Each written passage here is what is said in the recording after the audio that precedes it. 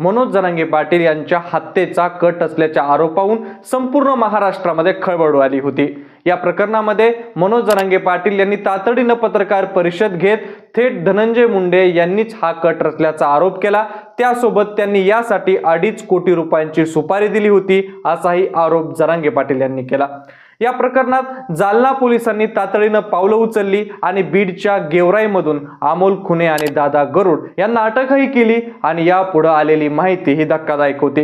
कारण की यानंतर अमोल खुने याची पत्नी आणि आई कॅमेऱ्यासमोर आली आणि त्यांनी सरळ सांगितलं की मनोज जरांगे पाटील यांच्या सोबत अमोल खुने गेल्या कित्येक वर्षापासून काम करत होता। अमोल खुने हा मनोज जरांगे पाटीलांना देव मानत होता। या प्रकरणामध्ये अमोल खुनेला देखील फसवलं जात आहे असा आरोप खुने कुटुंबियांनी केला। मग असा प्रश्न होतो की निष्ठावान कार्यकर्ता असणारा या हत्येच्या कटामध्ये कसा आला गेला। यासोबतच मनोज जरांगे पाटील यांच्यासाठी जेलमध्ये गेलेला हा निष्ठावान कार्यकर्ता नेमका त्यांच्या मारेकऱ्यांमध्ये कसा सामील झाला, याच्या पाठीमागे नेमकं कोण आहे, याचा मास्टरमाइंड नेमका कोण आहे, मग हा कट कुणी रचला, निष्ठावान कार्यकर्ता असणारा खरंच गद्दार बनला होता का, अमोल खुनेंचा इतिहास काय, 2.5 कोटींची सुपारी, निष्ठावान कार्यकर्ता, ते कटातील मुख्य आरोपी, खुनेंचा विश्वासघात का, हे सगळं आजच्या व्हिडिओच्या माध्यमातून आपण पाहणार आहोत। जय शिवराय, मी अभिषेक सोळुंके जनता महाराष्ट्रामध्ये आपल्या सर्वांचं अगदी मनापासून स्वागत करतो। मनोज जरांगे पाटलांच्या हत्येचा कट रचला या प्रकरणामध्ये पहिलं नाव समोर आलं ते म्हणजे अमोल खुने। हा अमोल खुने आणि मनोज जरांगे पाटील हे देखील गेल्या 10 ते 15 वर्षापासून सहकारी होते अशी देखील माहिती पुढे आली।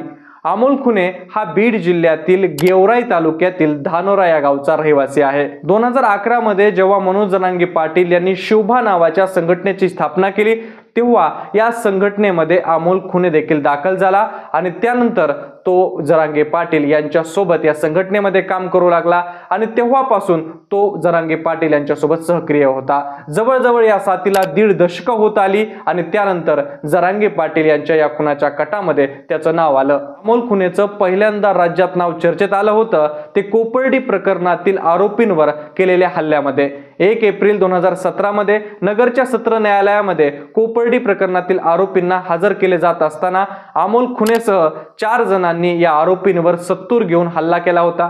तेव्हा जीवे मारण्याचा प्रयत्न आणि सरकारी कामात अडथळा आणणं या आरोपाखाली यांच्यावर गुन्हे देखील नोंद झाले आणि या 4घांना अटक झाली। न्यायालयाने या 4घांना 5 वर्षाची शिक्षा देखील ठोठावली। त्यानंतर अमोल खुनेसह हे तिघेही जेलमध्ये गेले। 2 वर्षाचा कारावास भोगल्यानंतर हे आरोपी जामिनावर बाहेर आले तेव्हा त्यांच्या पाठीशी मनोज जरांगे खंबीरपणे उभे होते असं देखील सांगितलं जातं। तुरुंगातून बाहेर आल्यानंतरही अमोल खुने हा मनोज जरांगे पाटील यांचाच कार्यकर्ता म्हणून ओळखला जायचा। मनोज जरांगे यांच्या सोबतच तो काम करत होता तर मनोज जरांगे पाटील यांच्याच आजूबाजूच्या वर्तुळामध्ये तो फिरत होता।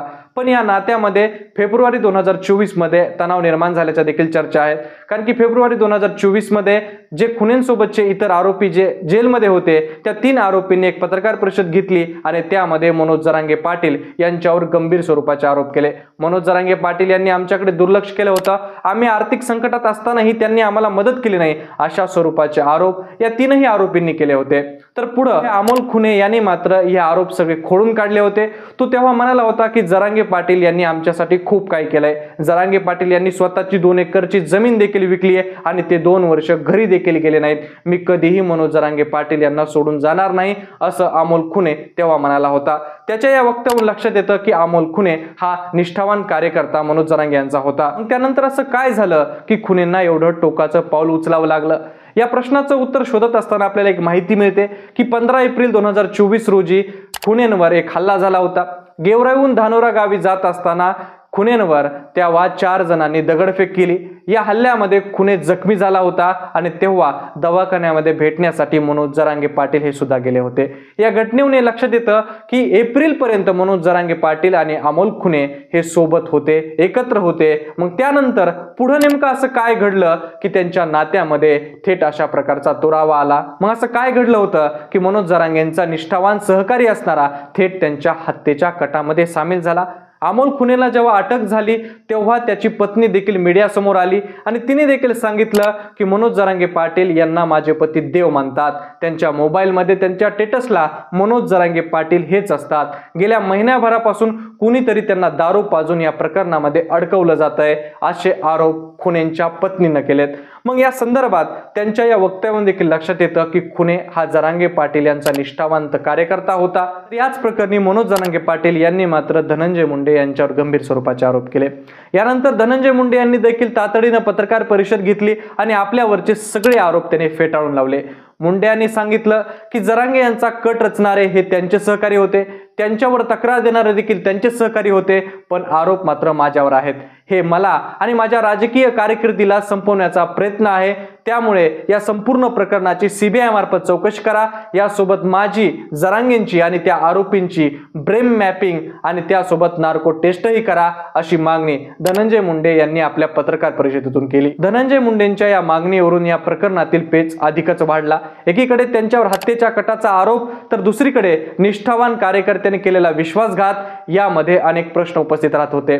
सध्या अमोल खुने हा पोलिसांच्या ताब्यात आहे, त्याची चौकशी देखील चालू आहे। आता खुनेची चौकशी झाल्यानंतरच या प्रकरणातील स्पष्टता होईल की फक्त ही 2.5 कोटींसाठी होणारी सुपारी होती का केवळ हे पैशासाठी होतं का यामागे काहीतरी राजकीय मोठं षडयंत्र होतं। निष्ठावान असणारा कार्यकर्ता खरंच गद्दार झाला होता का? या प्रकरणात नेमकं आणखीन कोणत्या प्रकारचे नवे खुलासे आहेत, हे सगळं आता या प्रकरणाची पूर्ण चौकशी झाल्यावरच बाहेर येईल। पण तुम्हाला याबद्दल काय वाटतं की या प्रकरणाचा मास्टरमाइंड कोणता दुसराच असू शकतो का यामध्ये जरांगे पाटील यांचा निष्ठावंत कार्यकर्ता यांनीच हा संपूर्ण कट रचला होता? याबद्दल तुम्हाला काय वाटतं ते कमेंट करून नक्की सांगा आणि अशाच प्रकारच्या व्हिडिओसाठी आपल्या जनता महाराष्ट्र या YouTube चॅनलला सबस्क्राइब करा।